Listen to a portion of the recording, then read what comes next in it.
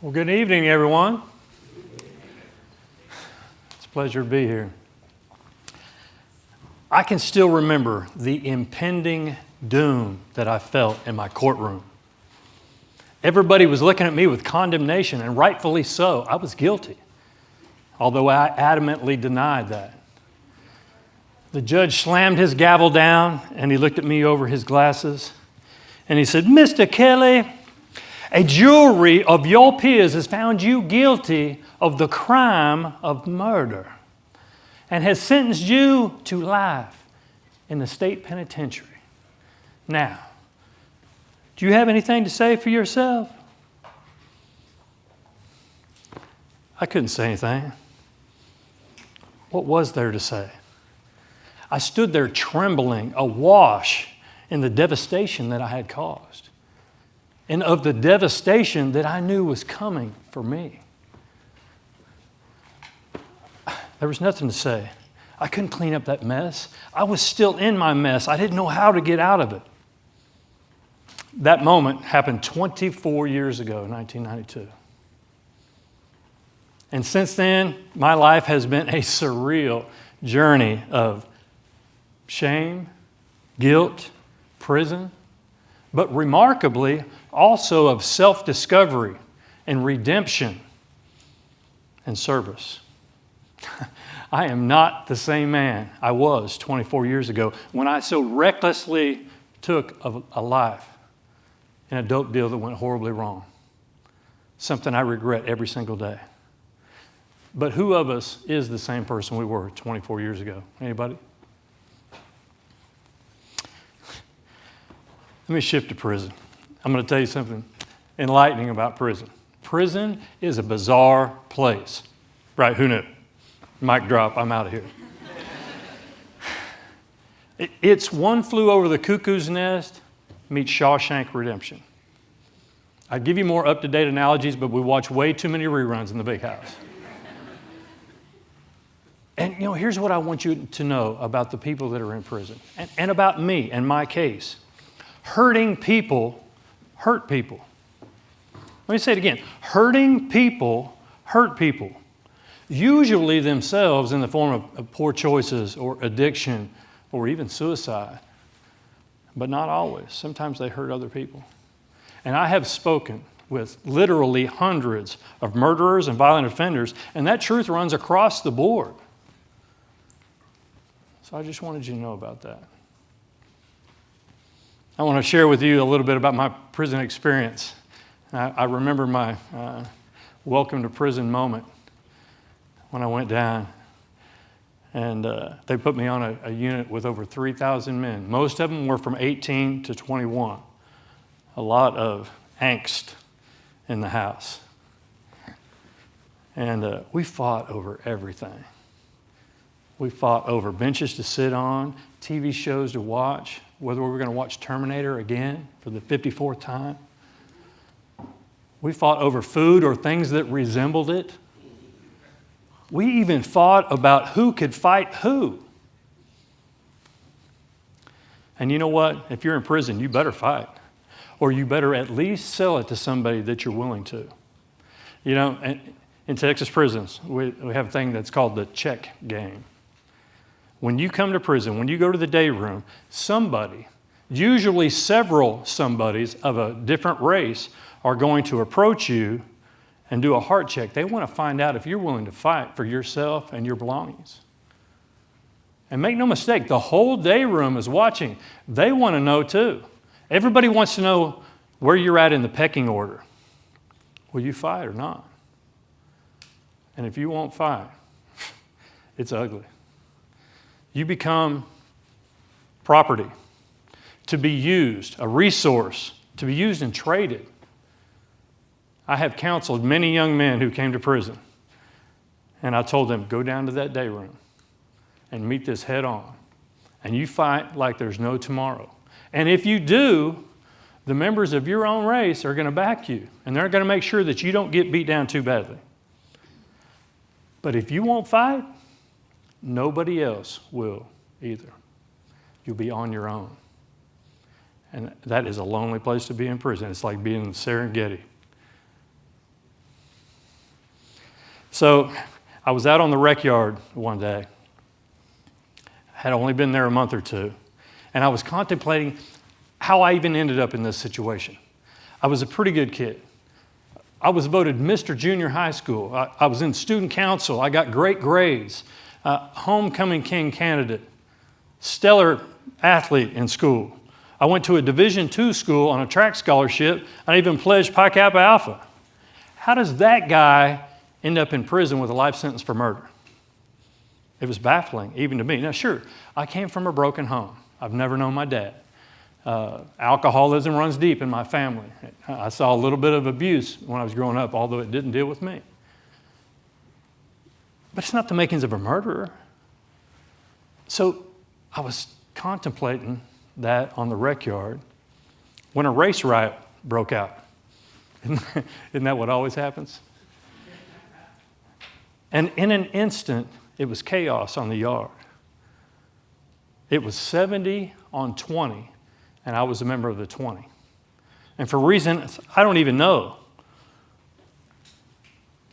it was fight or get hurt. And so I cut a swath through the crowd, swinging wildly, trying to find safety, if there was such a spot.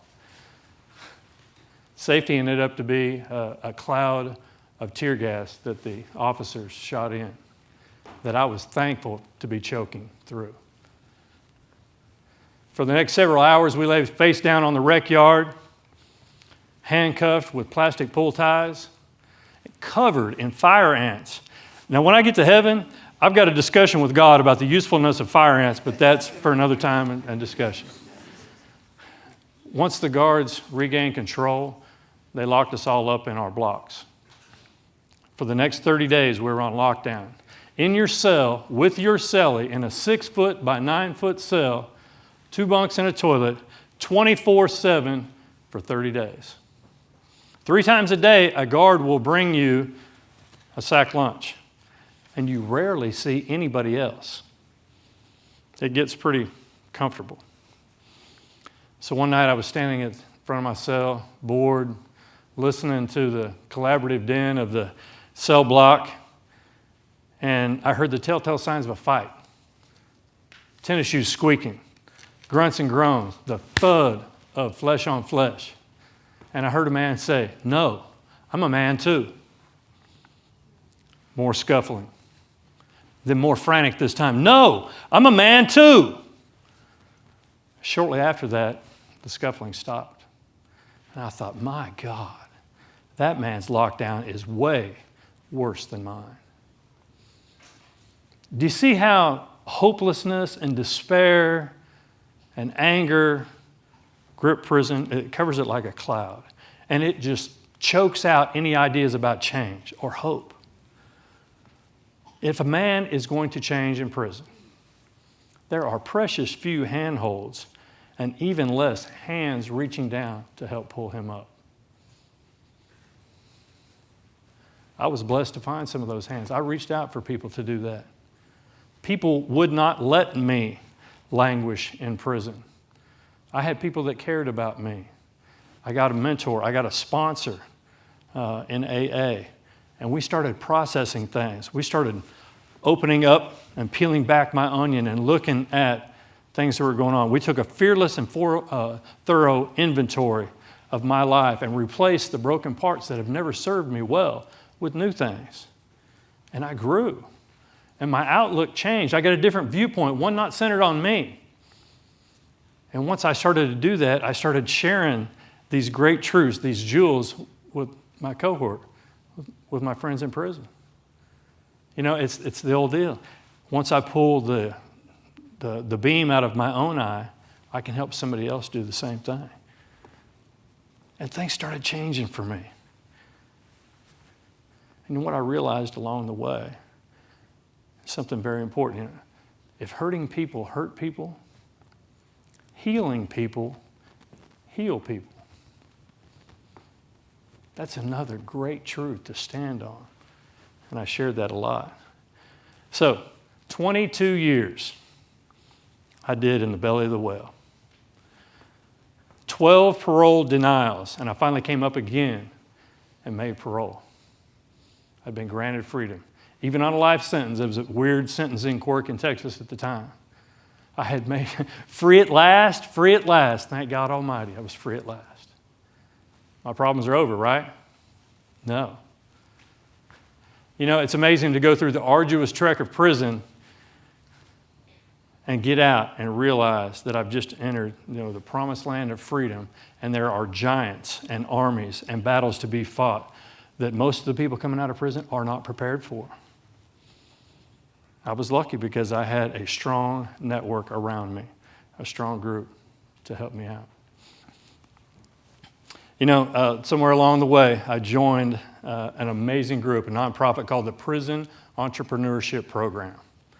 Innovative program that sees us not as what we've done, but who we could be.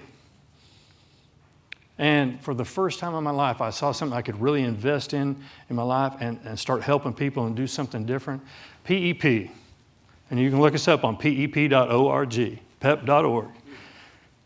PEP brings in outside business folks, people who have been very successful, who have made money, are willing to make a difference, to go into prison and impact lives. And we couple them with guys on the inside who are aspiring entrepreneurs, who want to do something different, who are committed to change. And when we get those two people together, amazing things happen. Now, here's what I want you to know about the guys in prison. From their trade on the street, they know a lot about business. They just don't know that they know that. They know things about profit margins. They know about supply chains. They know about risk management. They know about marketing. Look out, second row. I got that good stuff. What? It'll make you holler. You want some? Oh, you got some already? Let's go. They know about marketing. They have natural talents. They have got hustle, and they are not afraid to use it.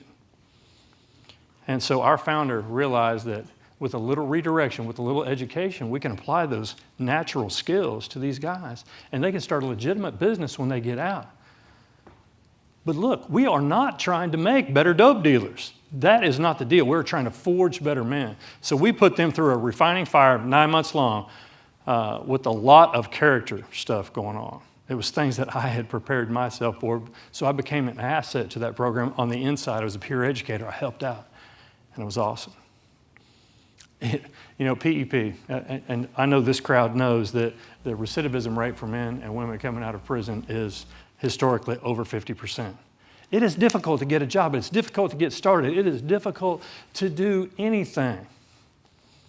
But with PEP, the support, the education that we do, the network of people that we have, the partnership with employers, guys get out from PEP, and we have a 7% recidivism rate, 93% effective. I got to be one of those statistics. I get to get out and just shine because of the empowerment I have felt from the inside with PEP. We've had 1,500 graduates of our program. Over 200 businesses started, the top 6 of which had revenues of over $1 million last year. But you know what? Just the guys that get out and lead their family and father their children in a positive manner and become a great employee because of the tool belt that we've given them, that's a success too. When I got out, after 22 years, I had never Googled anything. I had never sent an email. I had never used a debit card, never used a cell phone. Now I can't go anywhere without my cell phone. You know what? We were talking earlier, and I realized I didn't even know how to order coffee at Starbucks. Do you guys take a class for that or something? Is there a manual? I don't know. But, things had changed so much. About a week out, my case manager, PEP has case managers who have done time themselves, who can show the guys how to walk the walk. My case manager was taking me to parole, and he stopped to get gas. And as he was climbing out, I said, "Can I get out and pump gas with you?" And he looked at me and said, "That's kind of weird, bro." And I said, "Well, here's the deal. They didn't have those machines with the swipe and the keypad when I got locked up. I don't know how to do it." And he looked at me and he got it because he'd done 15 years and he understands the plight of the returning citizen. He said, come on, man, I'll show you. It's really easy. I said, well, I figured it was, but I didn't want to stand there and have to read this whole thing and figure it out and look stupid. And there are so many instances like that not only I, but everybody faces when they get out. It is tough. It's tough to get a job. The jobs available to me are laughable. The jobs I'm barred from are immense. My application gets thrown in the trash because I have checked the box that says I have a felony on my record. Right? Housing is impossible. I personally have a steady income of almost 2 years and a credit rating of almost 800 because I have lived very frugally and worked on that. And there is no way in the world that I can get an apartment complex and lease it myself. Apartment complexes will not lease to me unless they are something really akin to a chemical redistribution zone. The housing thing, it's an issue for all of our guys. There are so many policies out there that encumber us and hold us down. And really, I'm going to tell you what, me and the guys that I work with, we feel like everywhere we go, you're looking at us like, we don't want you here. And I'm not pointing at you individually, but that's how we feel. And that's how the policies seem, right? It's difficult. It is so difficult. So, the guys in PEP are blessed. And the thing is we have got solid individuals who come invest in our guys who have invested in me. And that's what makes a difference. And so if healing people heal people, here's what I want you to know. Some of these guys, and there are so many people in prison who are ready to do this, they become strong in their broken places. So strong sometimes that they can go back and help their brothers. That's what's happened to me. That's why I went to work for PEP. I realized that in 22 years, God and the people that invested in me had prepared me perfectly to go out and impact these guys, to minister to these guys, to help people that are just like me, and I love it. I wouldn't do anything different. I got out with a career opportunity. For a career that I would do and not get paid for. I love it. Right? I bought a car a couple of months out. And I made wise choices with that because of what I learned in PEP. I bought a car that was 2 years old, low mileage. I got a 5-year note on it. I paid that note off in a year and a half. I've eliminated debt. I've built my emergency fund. I began investing because I'm living frugally and not wasting my money anymore. I joined a church. I joined an AA group. I'm in recovery circles. I get to come to places like Washington, D.C. and speak and follow a senator. Come on, somebody. Am I the only one? It is amazing what happens when people invest in broken people. So let me get to the ask part. Here's your opportunity. Do not miss it. There are literally thousands of people that are languishing in prison, broken, don't know the way out. If they knew the way out, they wouldn't have been there. They need some help. They need somebody to help connect dots. They need volunteers. We would love to have you help us. PEP.org. Did I mention that? PEP.org. But there are other great organizations that are doing things. Roll up your sleeves. Jump in. Good Samaritan style. Get in the ditch. Help somebody else out. Matthew 25, Jesus used the parable of the wheat and the tares, the sheep and the goat. The litmus test of which one you were was, did you give me food when I was hungry, water when I was thirsty? Did you minister to me when I was sick?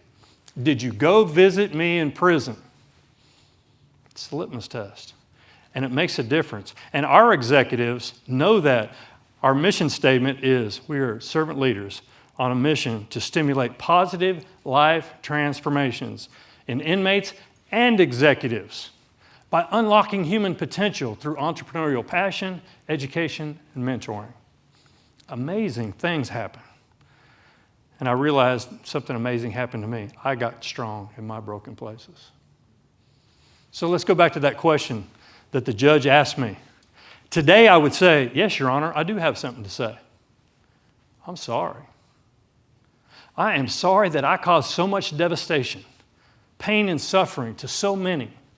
I'm sorry that the victim of my crime could never learn how to do an email and go pump gas and spend way too much time on Facebook. I'm sorry that he will never give his daughter's hand away in marriage. I'm sorry that he will never sit on the porch with his wife in their golden years. I'm sorry that I caused my mom and my family shame and embarrassment. I'm sorry that I contributed to our community and the fear that is involved that makes people want to lock their door at night. And I'm sorry that I have contributed to the drug culture around me. And I promise to shoulder whatever responsibility that takes. I will embrace whatever punishment I've got, and I will use that time and not waste it, and I will change, and I will do something different with that, and I will try to balance the scales, although I know that I can't. But at least I'll try. But here's what I want you to know. Please do not let me languish and drown in my consequences. I want to come up. I want to do something different, but I can't do it by myself. I need some help. Send me someone who has made a mistake, who has been a failure, who knows what it's like to let other people down, who has been ashamed, and knows what that's like to come and help me get past that. Send me someone that will help me get strong in the broken places. Thanks, you guys.